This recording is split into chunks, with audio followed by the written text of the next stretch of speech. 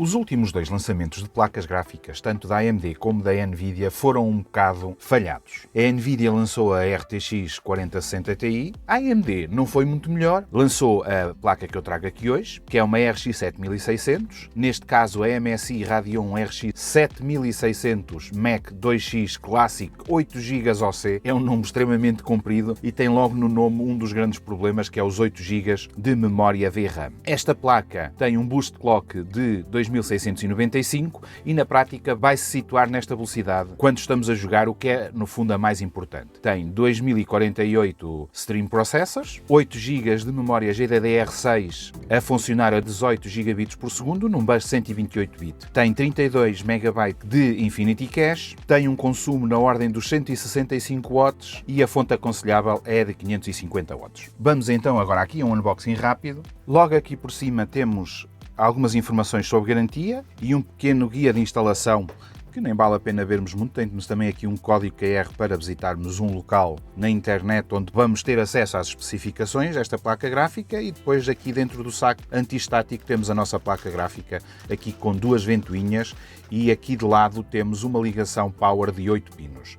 Aqui na parte de cima temos uma backplate plástica que no fundo protege e dá-lhe um aspecto mais clean, mas não é das melhores. Não tem qualquer impacto a nível de performance. E depois temos aqui três portas DisplayPort 1.4 e uma porta HDMI 2.1. Esta placa funciona num bus PCI Express Gen 4 e tem ligação de 8 vezes em vez de 16, mas na prática isto não tem qualquer influência, porque 8 vezes, mesmo até PCI Express 3, para esta gama de performance chega sem problema. Ela mede 235 mm de comprimento por 47 de espessura e 125 de altura. E as ventoinhas são as duas de 10 cm ou 100 mm. Relativamente ao peso, esta placa situa-se um pouco acima das 650 gramas. No site da MSI diz 666. E a nível de temperatura, esta placa porta-se extremamente bem. Ela, a 100% de utilização, tem uma temperatura máxima de 62 graus, mas o normal até é situar-se nos 60 de temperatura edge. E a nível de hotspot temos aqui 78 graus, o que é extremamente baixo para um hotspot. O que é uma diferença baixa entre a temperatura edge e a temperatura hotspot, e o que quer dizer que este cooler é suficiente para aguentar com este chip gráfico sem qualquer problema. Nós mantemos aqui uma velocidade até bem alta, na ordem dos 2700, 2650, 2750 por aí, o que é extremamente bom, com um consumo de mais ou menos 170 watts. Esta placa pode chegar até 180, mas ela está um pouco limitada e este é um dos grandes problemas aqui desta placa, porque só podemos fazer um overclock de 5% no Power Target, o que vai dar os 180 watts máximos, o que nós também conseguimos atingir com a placa de referência da AMD, ou até um pouco mais. As temperaturas vão ser mais altas, mas ela dá-nos mais margem para fazer overclock. E aqui, a nível de rotação das ventoinhas, nós temos aqui 50%, com as ventoinhas atingirem 2148 de velocidade máxima, mas a manterem sempre acima dos 2100. A nível de barulho, eu não senti barulho, mas também, se vos incomodar, vocês podem criar um perfil de ventoinha vosso e diminuírem aqui a velocidade das ventoinhas, porque ela tem uma grande margem de temperatura. Podemos ir até mais 10 graus. Todas as outras placas que eu vi de reviews, como no Tech Power Up, andam na ordem dos 70 graus. Esta atingindo aqui 60, 62, temos aqui 10 graus de margem para podermos baixar a velocidade das ventoinhas, se assim o pretendermos. Eu não acho que seja necessário, mas seja como for, temos aqui margem de manobra e neste caso este cooler é muito bom. O único contra que eu vejo aqui é mesmo só termos 5% de margem de consumo de energia para fazermos overclock, o que para mim é pouco para quem quer fazer overclock.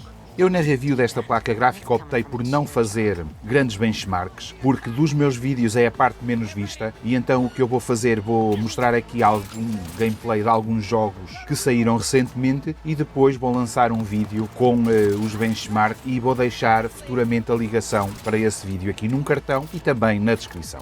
E podemos ver aqui o Cyberpunk 2077, com tudo no máximo, excepto Ray Tracing, como é lógico. Este jogo fica um bocadinho mais complicado com Ray Tracing. E estamos aqui a correr a 1440p, com tudo no máximo e com o AMD Fidelity FX Super Resolution, que é a versão 2.1 em Quality. E estamos a falar em 1440p e nós conseguimos correr aqui este jogo na ordem dos 70 e tal, 80 frames sem qualquer problema, que na minha ótica é mais que suficiente. Aqui a gente pode optar por meter um cap de 60 frames por segundo, que para mim é o ideal, é um frame rate ideal para este tipo de jogos, e jogamos com esta placa gráfica sem qualquer problema a 1440p, com FSR 2.1, mas se nós optarmos por baixar aqui para 1080p, eu aconselho-vos a não ter o Fidelity FX ligado, porque a qualidade não irá ser das melhores. Há uma perda de qualidade mesmo a 1440p,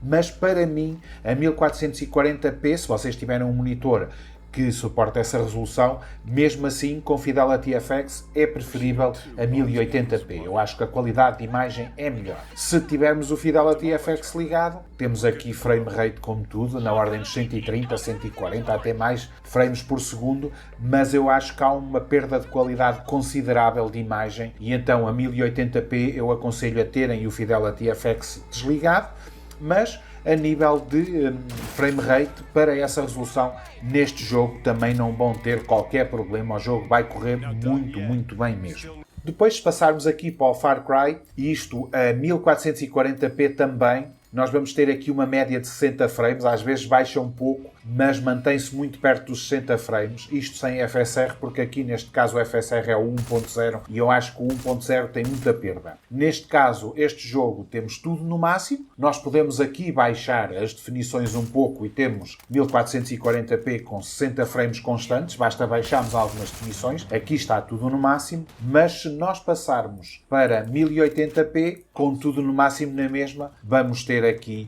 na ordem dos 80, 90 frames, sem qualquer problema, umas vezes um pouco mais, outras vezes um pouco menos. Em situações mais puxadas vamos ter um pouco menos, mas seja como for, vamos ter sempre acima de 60 frames por segundo. Eu, no meu caso, eu gosto de jogar este tipo de jogos a 60 frames, com um cap de 60 frames com o frame rate constante, que é muito melhor do que termos um frame rate variável, conforme estamos aqui a ver, que a imagem fica mais estável, mas seja como for, no Far Cry 6, vocês também podem ter o jogo a correr a 1440p, basta baixarem algumas definições, não conseguem no máximo, mas se for a 1080p conseguem, têm aqui margem de sobra para jogarem a 60 frames por segundo sem qualquer problema. Aqui no A Plague Tale Requiem, este é um jogo extremamente pesado também, e estamos aqui a 1440p com tudo no máximo, exceto o Ray Tracing, e como podem ver ali numa situação em que era uma cena menos complexa, tínhamos perto dos 60 frames por segundo. Aqui, que é uma cena com muito mais movimento,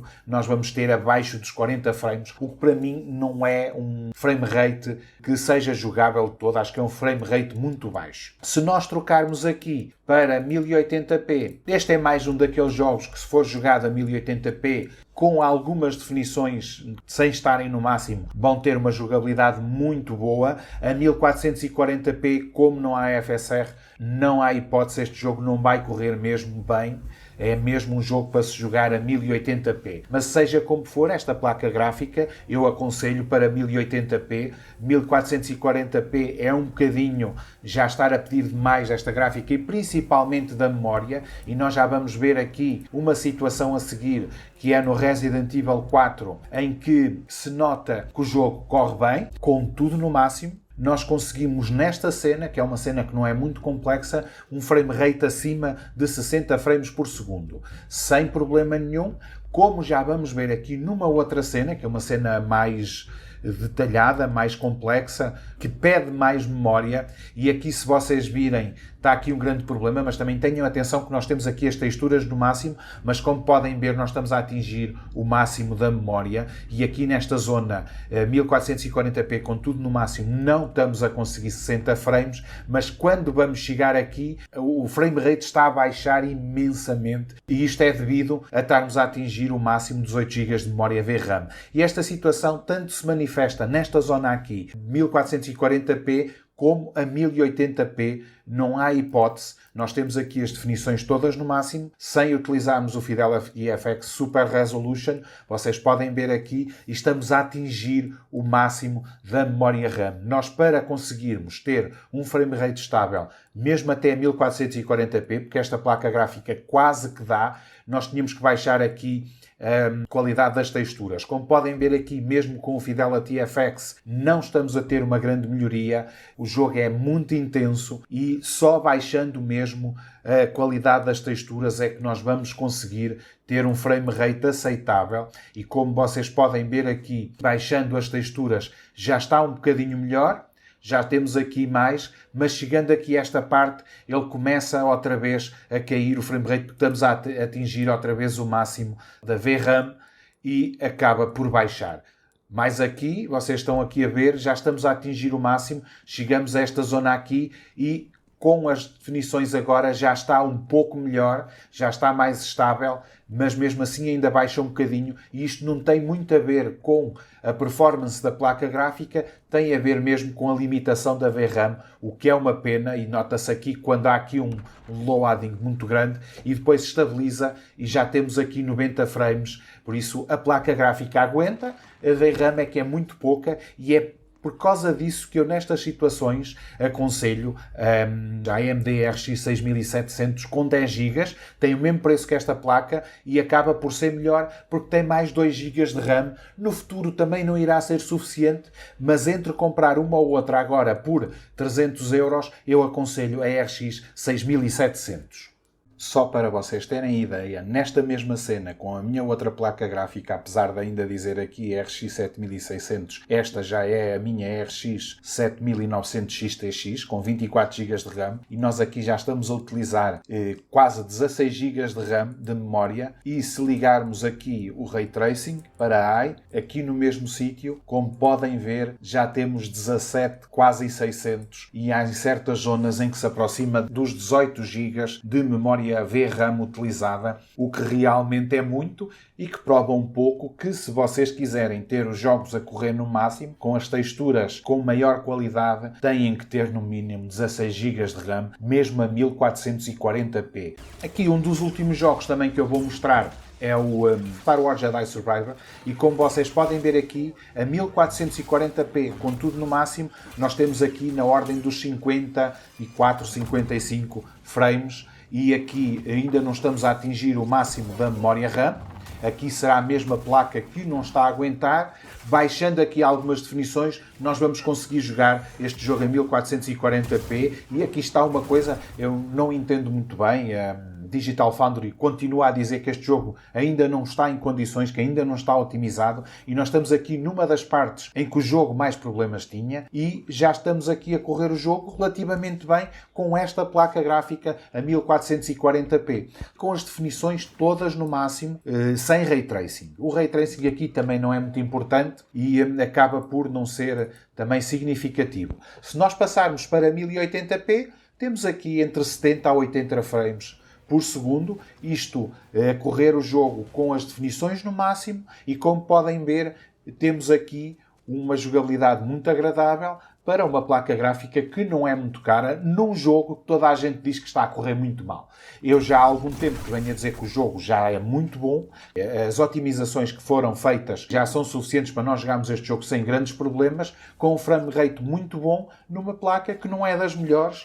E aqui podem ver que o jogo corre muito bem, com utilização praticamente a 100% da placa gráfica, com um Ryzen 7700X. Eu sei que o jogo pede muito processador e, apesar deste não ser um processador de topo, se vocês correrem este jogo com 7600, que é bem mais barato do que este, vai correr sem qualquer problema também. E podem ver aqui, mesmo desligando o FSR, com tudo no máximo, excepto Ray Tracing, nós temos aqui na ordem dos 50 frames. Isto, se baixarmos algumas definições, nós vamos ter aqui 60 frames por segundo sem qualquer problema. Mas como vocês podem ver, nós temos aqui sempre acima dos 50 frames, com frame rate estável, o que é bom e vai contra o que toda a gente está a dizer, mas não percebo muito bem. Eu penso que será mesmo por causa do processador. Se calhar os processadores Intel neste jogo não se dão muito bem, porque eu aqui com o meu Ryzen 7 tenho aqui um frame rate muito aceitável.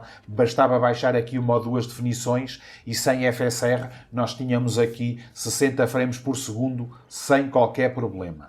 E por último, só aqui um jogo para descomprimir, e é um jogo que é mais leve e que saiu agora, e como vocês podem ver é um jogo que tem uns gráficos até muito bons, e aqui com as definições todas no máximo, com o jogo com lock a 60 frames, que vem por defeito assim, é a frame rate que eles aconselham e que para mim, para a maior parte dos jogos, é mais que suficiente. Só se vocês jogarem jogos online competitivos é que se justifica terem mais de 60 frames. Para mim chega.